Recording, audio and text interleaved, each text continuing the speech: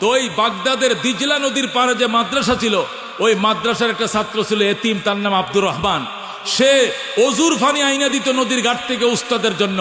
আরেকদিন অজুর ফানি আনতে গিয়া নদীতে পড়ে সে মারা যায়।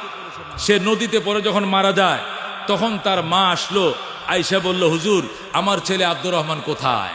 তখন হুজুর বললেন, মা আপনার ছেলে ডেলি আমার জন্য অজুর পানি আনতে যাইতো, আজান দিলেই বদনা নিয়ে নদীর ঘাটে যাইতো, দিজিলার থেকে পানি উঠায় আনতো।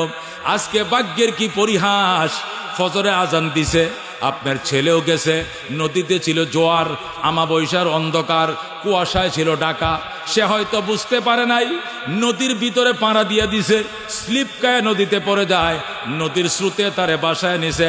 মা আল্লাহর হস্তে আমারে মাফ করে দেন, আমি আপনার ছেলেকে কোনোদিন পাঠাই নাই, বরং আপনার ছেলে নিজেই বদনা নিয়ে ডেলি আমার জন্য ওজুর পানি আনতে যাইতো।